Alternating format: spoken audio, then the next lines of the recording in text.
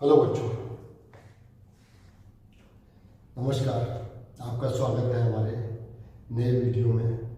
उम्मीद है पीछे वीडियो आप देख रहे होंगे ठीक से और समझ रहे होंगे, सारी चीज़ समझ में आ गई होगी। हम लोग जर्नल एंट्रीज पढ़ रहे हैं और जर्नल एंट्रीज में हमने पीछे कैसे एंट्रीज करते हैं ये जाना। उसके लिए ट्रांजैक्शन में से अकाउंट कौन कौन से इन्वॉल्व हैं, उन अकाउंट्स के क्या नियम हैं, उसमें कैसे एंट्री करते हैं, ये सारी चीज़ हमने जानी है। अब क्या होगा कि आगे चल के कुछ एंट्रीज ऐसी आपके सामने आ सकती हैं जिसमें कि आपको कन्फ्यूजन हो जाए कि ये एंट्री कैसे कैसे बनती। तो उन्हीं से संबंधित मैंने एक चार्ट बनाया है कि इनसे संबंधित आपसे डिस्कस कर लूँ कि इनसे संबंधित जो एंट्री आएगी उसके साथ बारे में आपको सारी चीज़ पता होनी चाहिए, क्योंकि हमने आपसे वादा किया है कि कोई भी चीज़ हम छोड़ेंगे नहीं जो आपको आती नहीं होगी। तो पक्का आपका शुरू करते हैं नया वीडियो ये, और इसमें हम पढ़ेंगे कैपिटल अकाउंट से संबंधित क्या एंट्री हो सकती है उसके बारे में जानेंगे। ड्राइंग अकाउंट अभी तक नहीं समझा है, पढ़ाया जाना है, तो उसके बारे में जानेंगे। एंट्री सेल परचेज की हमने जानी तो है, लेकिन उसके साथ में जो चीज़ एक नई है उसको हम समझेंगे। एंट्रीज ऑफ नॉमिनल नेचर, जो खर्चे वाली एंट्री है, उनके बारे में बात करेंगे। तो ये सारी चीज़ें हम धीरे धीरे डिस्कस करेंगे। फ्री सर्विस देते हैं तो कैसे करेंगे, चैरिटी में दे देते हैं तो कैसे करेंगे, माल हमारा चोरी हो जाता है या फायर लग जाती है तो कैसे करेंगे, हम किसी को उधार माल देते हैं पैसा वापस नहीं आता है, बैड डेट्स हो जाता है तो हम कैसे एंट्री करेंगे, और बैंक से संबंधित ट्रांजेक्शन की हम कैसे एंट्री करेंगे, ये सारी चीज़ें हम जानेंगे। अदर एंट्रीज आउटस्टैंडिंग एक्सपेंसेस होते हैं, प्रीपेड एक्सपेंसेस होते हैं, इनकम एक्रूड होती है, ये सारी चीज़ें हम धीरे धीरे पढ़ेंगे। लेकिन आज हम इसमें से 3-4 ही पढ़ पाएंगे, क्योंकि ये सारी चीज़ों को एक साथ डिस्कस करना थोड़ा सा कठिन काम है और आपके लिए भी दिक्कत तलब बात हो जाएगी। आज हम केवल बात करेंगे capital account, drawing account, cell purchase की अकाउंट और नॉमिनल एंट्रीज की अकाउंट की। तो कैपिटल अकाउंट के बारे में थोड़ा सा तो हमने आपको बताया हुआ है कि ओनर अपनी कैपिटल लगाता है, ओनर अपना पैसा लगाता है। तो ओनर जो पैसा लगाता है उसको हम, ओनर को रिप्रेजेंट करता है कैपिटल, ओनर को रिप्रेजेंट करता है कैपिटल। तो ओनर का अकाउंट ना खोल के हम कैपिटल अकाउंट खोलते हैं। हम एक एंट्री बनाते हैं उससे संबंध Ram Gopal commenced a business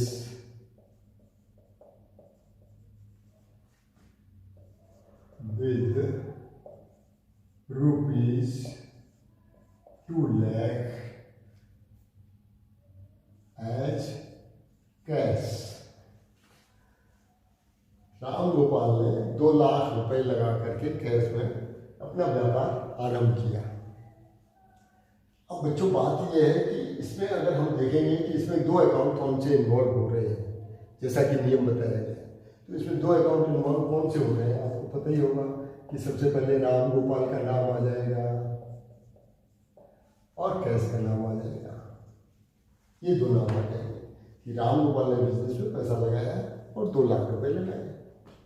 लेकिन बात यह है कि राम गोपाल का ही ऑनर है, तो ओनर को अब राम गोपाल न करके इसको हम कर देंगे कैपिटल,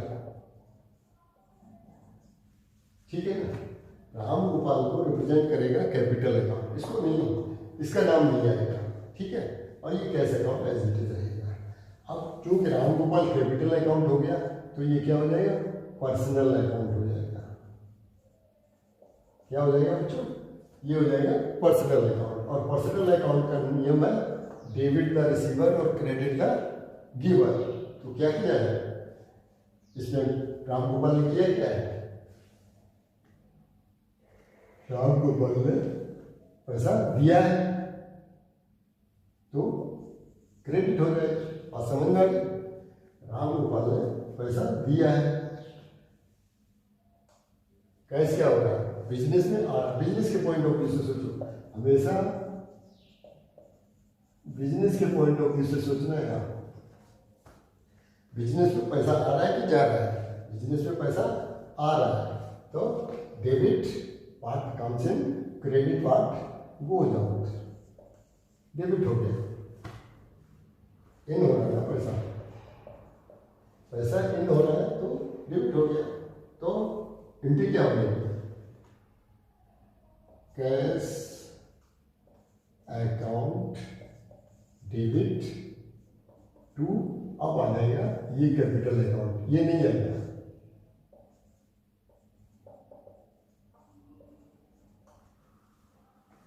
₹2,00,000 से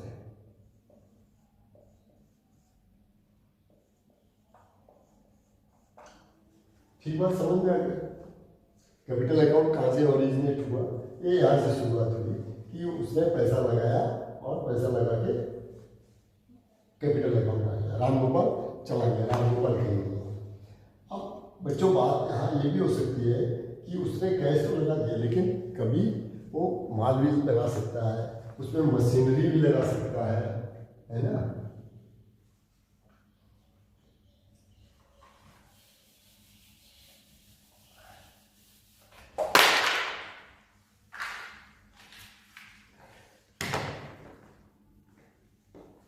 विथ ₹2,00,000 एज कैश, ठीक है। अब इसने क्या किया, as cash and brought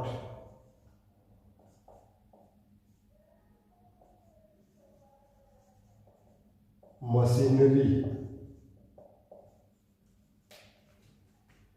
for ₹50,000 and brought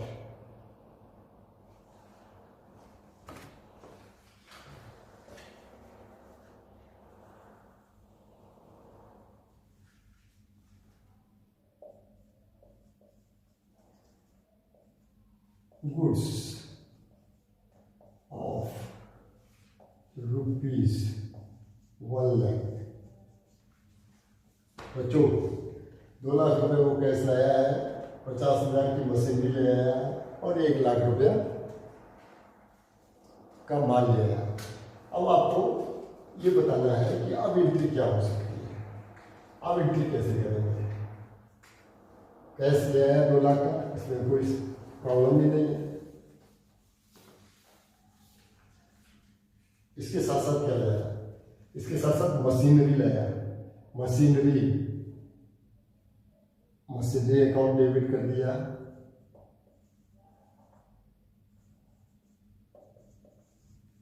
goods लाया तो परचेज अकाउंट डेबिट कर दिया।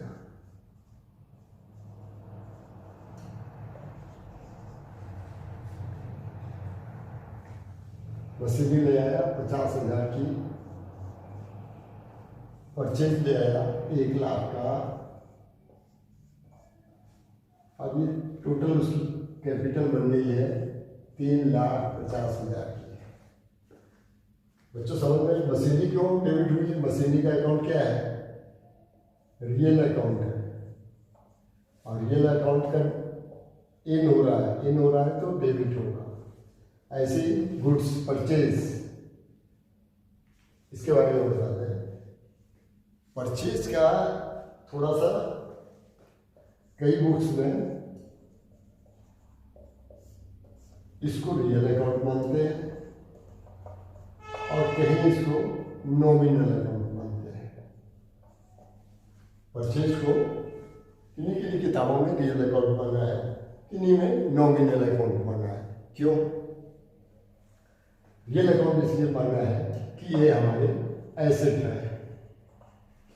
रियल अकाउंट क्यों मानते हैं, ये हमारे एसेट है। नॉमिनल अकाउंट क्यों मानते हैं, ये हमारा एक्सपेंसेस है, क्योंकि हमने परचेज किया, हमारा पैसा चला गया तो खर्च हो गया, तो इसलिए इसको एक्सपेंस मानते हैं। अब रियल अकाउंट का नियम है कि डेबिट पार्ट कम्स इन, तो ये आ रहा है तो लिहाजा डेबिट हो गया, ठीक। नॉमिनल अकाउंट का नियम है कि सारे एक्सपेंसेस को डेबिट करते हैं, तो यहाँ भी डेबिट हो गया। तो आप बिल्कुल कंफ्यूज मत होना, चाहे आप रियल अकाउंट में ले लोगे, चाहे आप इसको नॉमिनल अकाउंट में कैटेगराइज कर लोगे, दोनों ही तरीकों से उसको डेबिट ही करना है, ठीक है ना। तो ये मैंने इसलिए बता दिया कि कहीं आप देखो तो आप कंफ्यूज हो जाओ। एंट्री आपकी एक ही बनेगी, वो होगी परचेज अकाउंट डेबिट। तो इसलिए इसको डेबिट कर दिया। अब इसमें हम नरेशन लिख देंगे, being capital brought in the shape of cash, machinery and goods। ये आपकी एंट्री बन गई पूरी कैपिटल की। आज समझ में आ गई बच्चों। ये तो हो गया कि हमारी कैपिटल हमने लगाई और हमारी ये एंट्री बन गई, लेकिन इसके साथ साथ एक कैपिटल की एक एंट्री और बनती है, वो है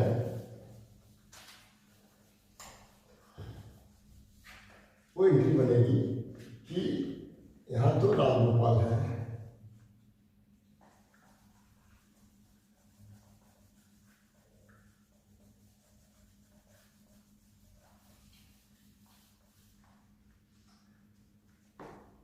अब रामगोपाल एंड रवि हो जाता है इसमें।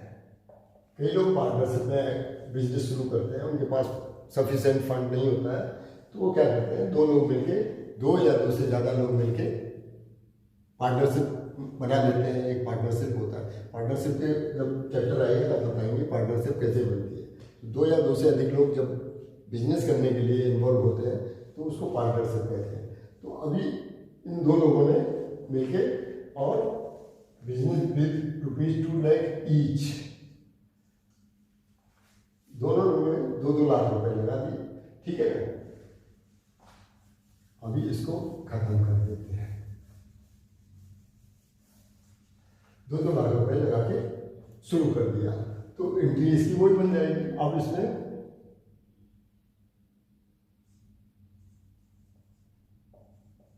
कैश अकाउंट डेबिट, लेकिन अभी डेबिट कितना होना है ये अभी नहीं पता है आपको।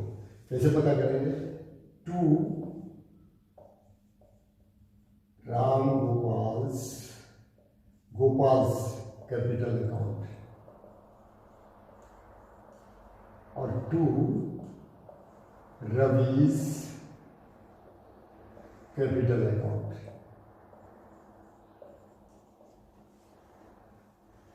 ये 2 लाख रुपए इन्होंने लगाए हुए हैं और 2 लाख रुपए इन्होंने लगाए हुए हैं। ये हो गया 4 लाख रुपए। बात समझ में आई कि अगर पार्टनरशिप में है तो ऐसे उसको एंट्री को बनाएंगे, to Ram Gopal's capital account, to Ravi's capital account और कैश अकाउंट। तो ये आपकी, अब इसमें मशीनरी कोई लाता है, कोई गुड्स ले आता है, तो ये कैपिटल अकाउंट तो वही होगा जितने लिए, लेकिन यहाँ पे आ जाएगा cash account debit 2 lakh, machinery account debit इतने और परचेज अकाउंट डेबिट इतने। अब इसमें कौन सा क्या चीज़ लाया वो इसमें आइडेंटिफाई कर देंगे बस।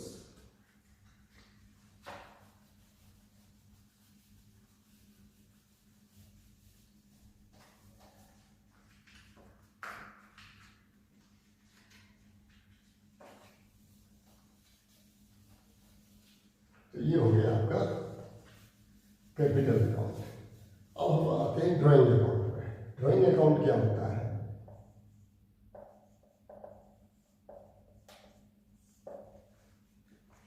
इसको हिंदी में बोलते हैं आहरण खाता। इसको हिंदी में बोलेंगे आहरण खाता। आहरण खाता क्या है, व्यापारी ने पूंजी लगाई हुई है अपनी, तो उसको कैपिटल अकाउंट बोल दिया, लेकिन जब वो उससे वापस निकाले तो उसको ड्राइंग अकाउंट बोल देंगे। उसको क्या बोलेंगे, ड्राइंग अकाउंट। जब उसमें अपने घर के पर्पज से, अपने घर के खर्चे के लिए वो पैसे निकालेगा तो उसको ड्राइंग अकाउंट। वैसे ही है कि जैसे उसका नाम बाहर नहीं आता है, ऐसे जब वो वहाँ से वापस पैसा निकालेगा तो उसका नाम नहीं आएगा और वो drawing. Ram Gopal withdrawn a cash ₹10,000 for his personal use। Ram Gopal ने व्यापार शुरू किया, वो कैपिटल लगाई, आज उसको जरूरत पड़ रही है 10,000 रुपये की, उसने कैश निकाल दिया। 2 अकाउंट इसमें आपको कौन कौन से हैं, अब यहाँ आपके हिसाब से राम गोपाल, आपके नहीं ट्रांजेक्शन के हिसाब से, और इधर कैश, 2 अकाउंट इसमें इन्वॉल्व हो रहे हैं। लेकिन राम गोपाल चूंकि ऑनर है, इसको ना करके यहाँ ये करेगा ड्राइंग अकाउंट। यहाँ क्या है, ड्राइंग अकाउंट आएगा और कैश अकाउंट आएगा। ड्राइंग अकाउंट पर्सनल अकाउंट है, जैसे कैपिटल अकाउंट होता था ठीक वैसे ही ये पर्सनल अकाउंट है। पर्सनल अकाउंट का नियम है debit the receiver, credit the giver. ये राम गोपाल रिसीवर है तो डेबिट कर देंगे, डेबिट हो गया। कैश रियल अकाउंट है, रियल अकाउंट का नियम है डेबिट व्हाट कम्स इन और credit what goes out. Cash क्या हो रहा है, जा रहा है, गोज आउट, लिहाजा क्रेडिट हो जाएगा। तो डेबिट पहले करेंगे, क्या करेंगे, ड्राइंग अकाउंट डेबिट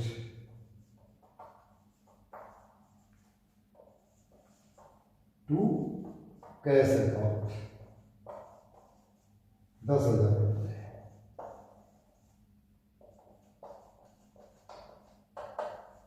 ठीक बात समझ में आ गई। अगर वो पैसा निकालता है तो ये ड्राइंग अकाउंट बनेगा और कैश की एंट्री ली जाएगी। लेकिन अब साथ ही वो ये भी कर सकता है कि ना कि वो इससे माल निकाल सकता है, taking goods from the business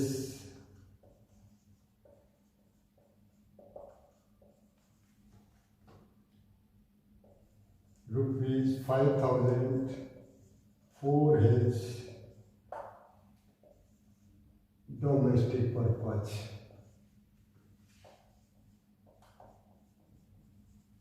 और उसने 5,000 रुपये का माल निकाल लिया। फैक्ट्री में जो माल बनना था उसके घर में जरूरत थी तो उसने माल निकाल लिया। तो लिखेंगे यहाँ टू परचेज अकाउंट 5,000 रुपये। रुक जाइए, अब आपको कंफ्यूजन हो गया होगा कि यहाँ पर परचेज अकाउंट क्रेडिट क्यों हो रहा है। यहाँ पर परचेज अकाउंट क्रेडिट क्यों हो रहा है, ये परचेज अकाउंट इसलिए क्रेडिट हो रहा है कि माल तो जा रहा है तो सेल्स होना चाहिए, माल यहाँ बाहर जा रहा है तो सेल्स होना चाहिए। लेकिन चूंकि सेल तो है नहीं, इसको हम सेल तो नहीं कह सकते ना, क्योंकि माल तो जा रहा है लेकिन ये सेल नहीं, वो अपने पर्पस के लिए निकाल रहा है। तो इसको हम परचेज रेट पे उसको देते हैं, किसको, जो ओनर है उसको।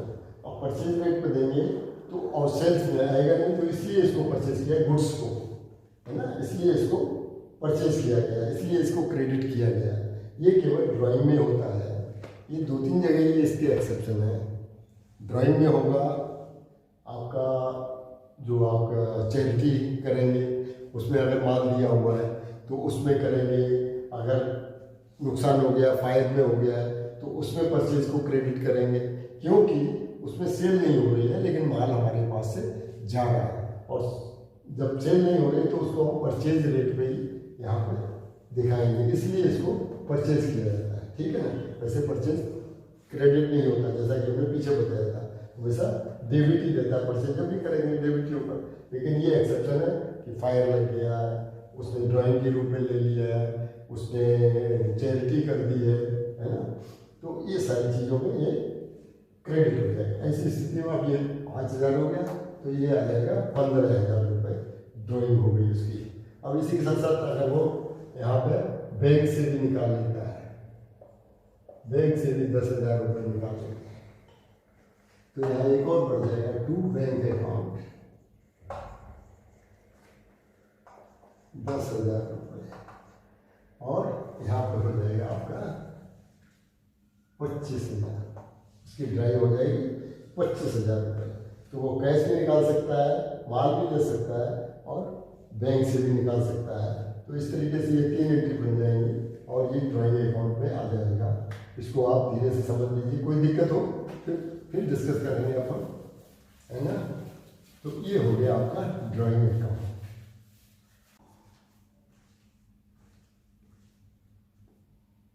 चलो बात करते हैं सेल परचेज के बारे में। Ram Gopal purchased goods from Bihari Lal. Ram Gopal purchased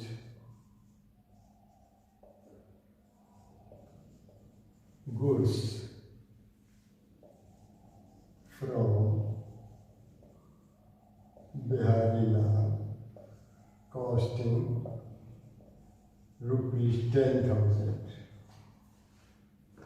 बच्चों बात समझ में आई? राम गोपाल ने बिहारी लाल से माल खरीदा 10,000 रुपये का, ठीक है ना। राम गोपाल की फर्म है, राम गोपाल ओनर है, प्रोप्राइटर है, और उसने माल खरीदा है बिहारी लाल से 10,000 रुपये का।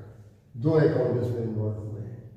एक अकाउंट तो हो गया बिहारी लाल का, दूसरा अकाउंट हो गया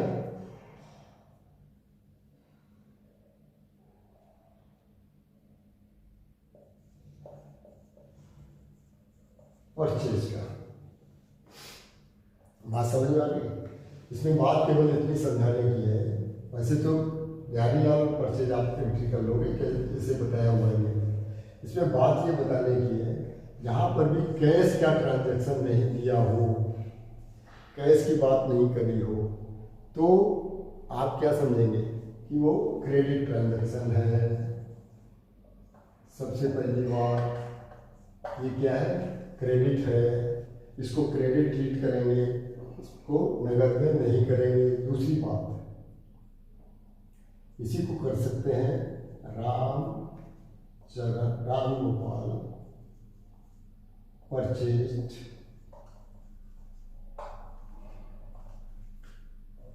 goods for ₹10,000 in cash from Bihari Lal.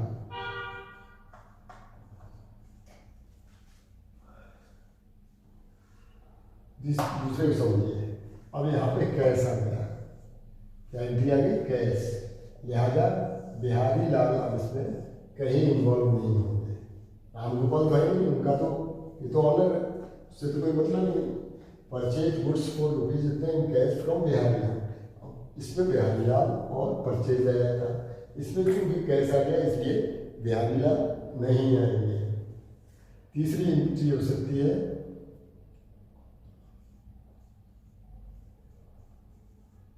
purchased goods for ₹10,000 in cash। इसमें तो कोई प्रॉब्लम ही नहीं, कैश में एंट्री खरीदी, वो कैश में माल खरीदा गया तो कैश हो गया, माल हो गया। एंट्री परचेज अकाउंट डेबिट,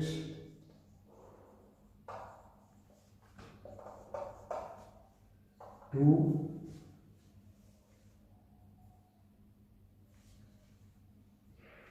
इसमें बिहारी लाल आ जाएंगे।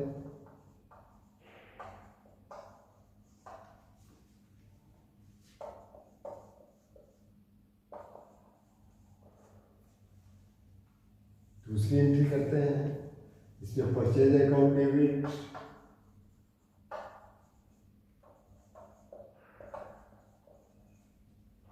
टू कैश आ जाएगा,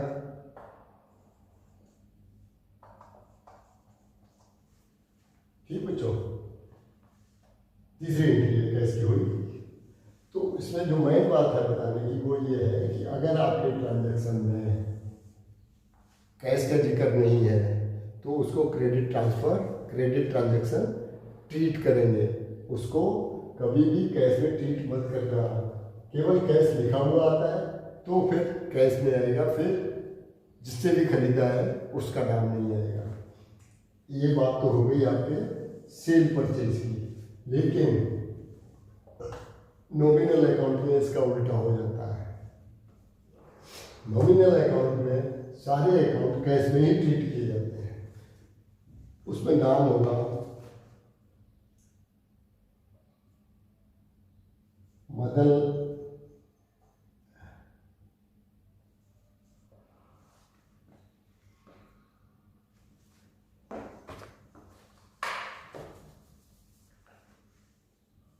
सैलरी पेड टू मदन लाल,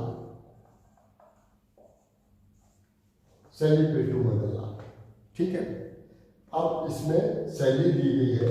एक तो आपका हो गया सैलरी अकाउंट, दूसरे मदन लाल को दी गई है, मदन लाल को दी गई है, लेकिन ये मदन लाल नहीं है। इसमें इसको हमेशा कैश मानेंगे।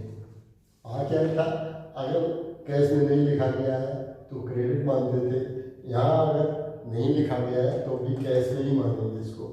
ठीक बात समझोगे, कैश होगा या ये कह सकते हैं बैंक के थ्रू दिया गया तो बैंक होगा। बात समझ आ गई। तो सैलरी अकाउंट मान लो 5,000 रुपये दिए तो सैलरी अकाउंट डेबिट, क्योंकि ये नॉमिनल अकाउंट है, नॉमिनल अकाउंट में खर्चे सारे डेबिट होते हैं, टू कैश अकाउंट।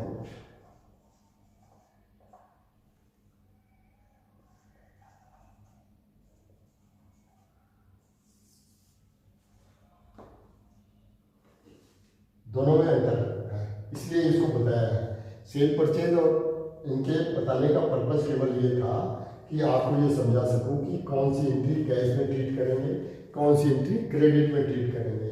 तो केवल मतलब ये था। आज हम लोगों ने 4 चीज़ें सीखी हैं, capital account, drawing account, cell purchase और एंट्री ऑफ नॉमिनल नेचर की अकाउंट की। इनके बारे में हमने डिफ्रेंशिएट किया कि कहाँ पे क्या चीज़ को ध्यान में रखना है। उम्मीद है आपको सब समझ में आ गया होगा।